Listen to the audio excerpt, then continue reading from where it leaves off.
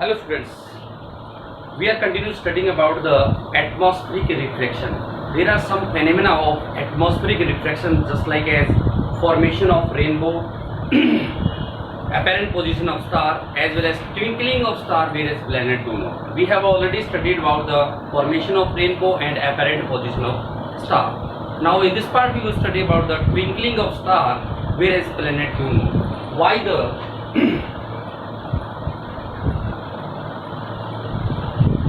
stars twinkling whereas planet do not.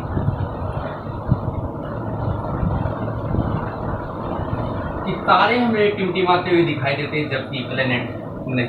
कारण क्या है? इसका मेन कारण है कि stars are very farther away from the earth. Star जो हैं अर्थ से बहुत ज़्यादा डिस्टेंस पे हैं और स्टार की लाइट जब एटमॉस्फेयर में से पास आउट होती है इसमें जो एयर की वेव्स हैं उनकी वेरिएशन है। एयर की वेव्स की स्पीड है वो वेरिएंट है, मतलब वेरिएशन है। और इस वेरिएशन स्पीड ऑफ लाइट में एयर में से जब लाइट पास आउट होती है तो स्टार की लाइट कभी तो अर्थ के ऊपर ब्राइट और कभी डिम पहुंचती है, जिसको हम क्या बताएं, this is the twinkling effect. इसका मेन कारण है stars are very far away from the earth.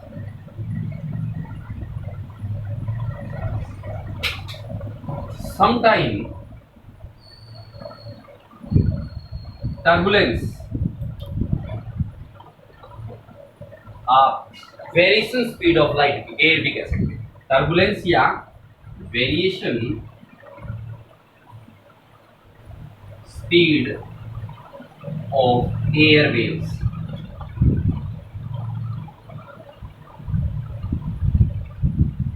The starlight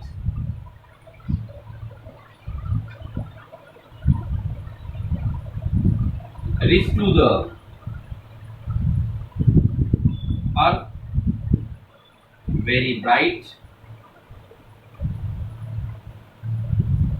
and sometimes dim. क्योंकि लार्ज डिस्टेंस पे होने के कारण से it seems just like as a point source of energy due to situated at large distance.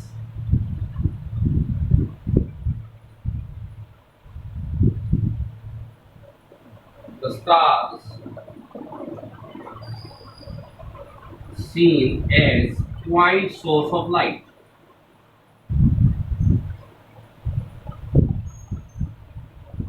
Thus, due to atmospheric refraction, stars show twinkling. Thus, due to atmospheric refraction, stars show twinkling effect.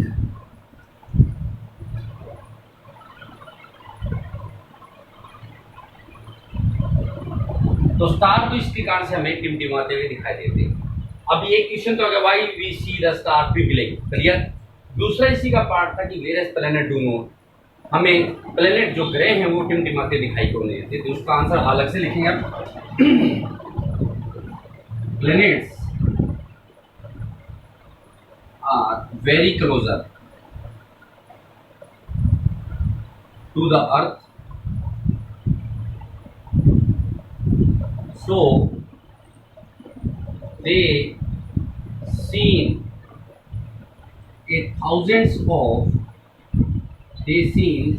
a collection of thousands of point light source या sources। Planet जो है आपके बिल्कुल closure है, closure होने के कारण से हमें ऐसा लगता है कि बहुत से छोटे छोटे पॉइंट सोर्स ऑफ लाइट जो हमें इकट्ठे हो गए हैं, जिसके कारण से हमें एक लार्ज सोर्स के रूप में दिखाया है। इस लार्ज सोर्स होने के कारण से दे न्यूलीफाई द इफेक्ट ऑफ ट्विंकलिंग, न्यूलीफाई मतलब नेगलेक्ट कर देते, and seems as a big source, big कह सकते हैं, लार्ज कह सकते हैं, source of light.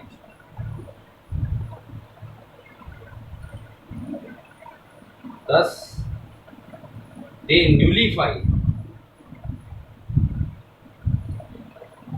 the effect of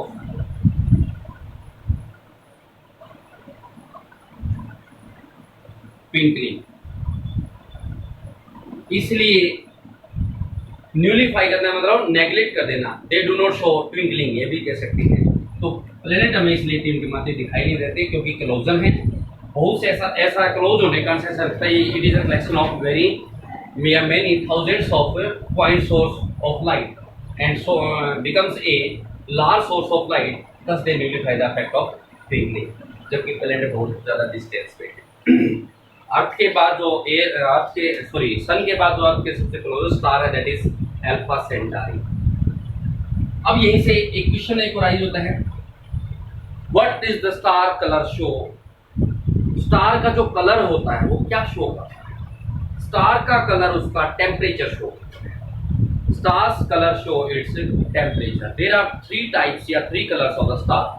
red, yellowish red कह सकते हैं, white and blue. The star which is red और yellow in colour that is the least hot, सबसे कम गर्म है.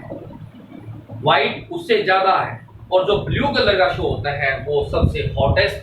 स्टार का जो कलर होगा वो कैसा होगा, ब्लू कलर. ब्लू कलर के पश्चात स्टार होता है सुपरनोवा स्टार बन जाता है, ब्लास्ट हो जाता है, स्टार खत्म, उसमें छोटे छोटे पार्ट्स खत्म किए जाते हैं.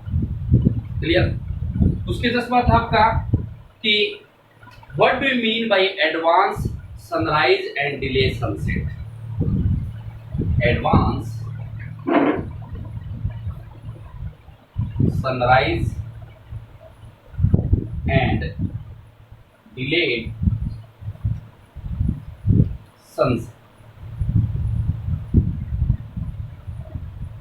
कि जल्दी सूर्य का उदय होना वो जल्दी होता है, जबकि सन जो अस्त होता है वो थोड़ा डिलेड होता है. इसका कारण क्या है, why we can see the advance sunrise and delay sunset. इसका मेन रीजन है एटमॉस्फेरिक रिफ्लेक्शन.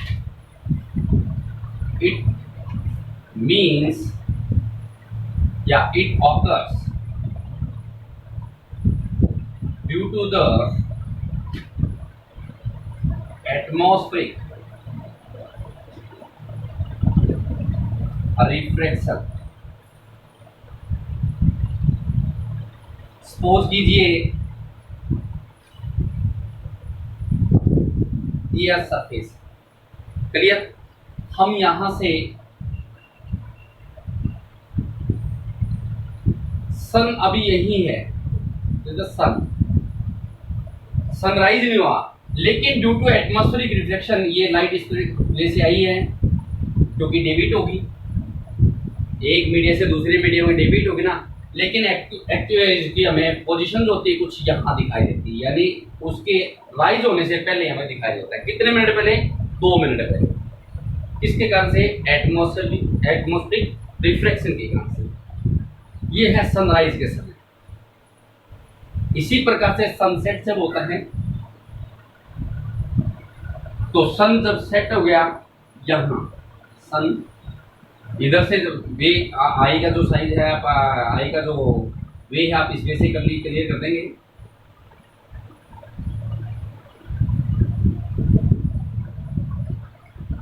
ठीक है. लेकिन हमें अपेरेंट पोजीशन पे दिखाई देगा ये, कारण वही डिलेड सनसेट. 2 मिनट डिलेड और 2 मिनट अर्लियर, तो डेली 4 मिनट का मतलब इसमें डिफरेंस क्रिएट हो जाता है. ये इसकी अपेरेंट पोजीशन और ये इसकी actual position. Due to atmospheric reflection the sunrise is seen 2 minutes earlier and sunset 2 minutes delayed. By chance पूछ ले, वन टाइम यानी वन डे के अंदर जो टाइम पीरियड है वो कितने मिनट का अंतर आ जाता है, 4 मिनट का। 2 मिनट तो पहले दिखाई देता है, 2 मिनट बाद तक दिखाई देता रहता है। किसके कारण से? Advance sunrise and delay set is occur due to the atmospheric reflection because sunlight passes through the atmosphere it deviates its path. We have already seen about the apparent position of star, just like ये sunrise के समय और ये sunset के समय। Clear? उसके just बाद topic है scattering of light. What is scattering of light?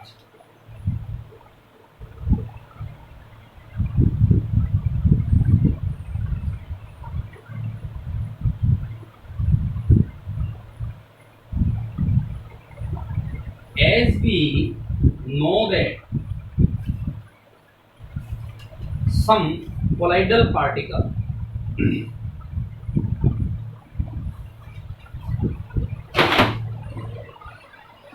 colloidal particles which are not dissolved in water but they are very small in size।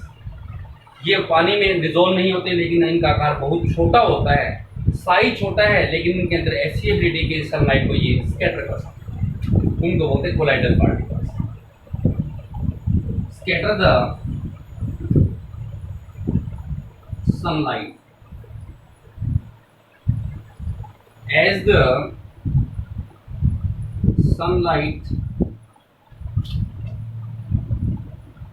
fall on these particles,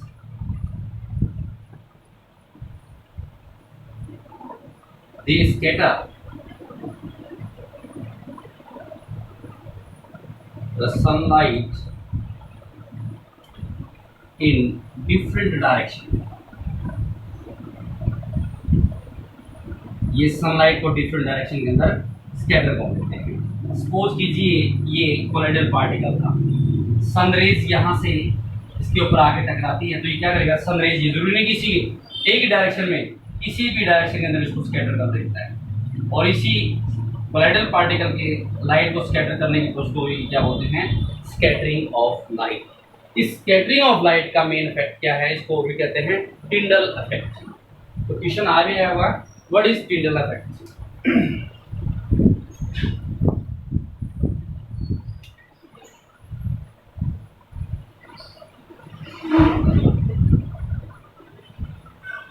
When the sun rays passes through a fine pore, जब sun rays किसी fine पोर से pass out होते हैं, we can see there are many particles suspended in the sunlight। जब किसी छोटे पोर से sunlight pass out होती है तो आप सनलाइट की रेज के अंदर आप क्या देखेंगे, there are many particles suspended. इसमें छोटे छोटे पार्टिकल्स सस्पेंडेड हैं। वो पार्टिकल्स किसके कारण से इसमें सस्पेंडेड है, क्योंकि इन पार्टिकल का साइज बहुत छोटा होता है, we can't see without light, हमें वैसे दिखाई नहीं देता, लेकिन जैसे ही सनलाइट इसके ऊपर आके पड़ती है तो हमें इसमें काफी पार्टिकल्स दिखाई देते हैं। इसका मतलब ये आकार में बहुत छोटे होते हैं लेकिन इतने छोटे होते हैं कि सनलाइट को तो स्कैटर कर सकते हैं। While we go into the forest, जब हम वन में जा रहे होते हैं, we can see that there are through the canopy of the trees, जो पेड़ है पेड़ों की चोटियों से मतलब ऐसा लगता है कि धूप छन के नीचे आ रही है। इसका कारण क्या है कि सनरेज जैसे ही लीफ के ऊपर, कैनोपी ऑफ द ट्री के ऊपर, ट्री की कैनोपी क्या होती है, सरफेस एरिया, उसके ऊपर आके पड़ती तो वो क्या करती है, सनरेज को स्कैटर कर देती है। और इस प्रकार सनरेज को जहाँ से गैप मिलता है पत्तियों के बीच में से सनरेज जमीन तक पहुंच जाती है, वो भी क्या है, टिंडल इफेक्ट है। What is Tyndall effect? The colloidal particle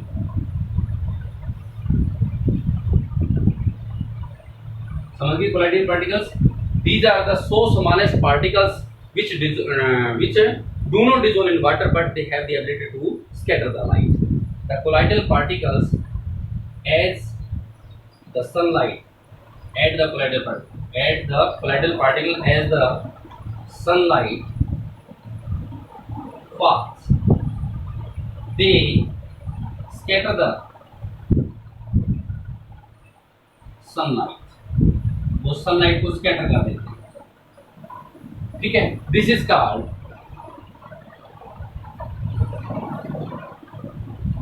Tyndall effect.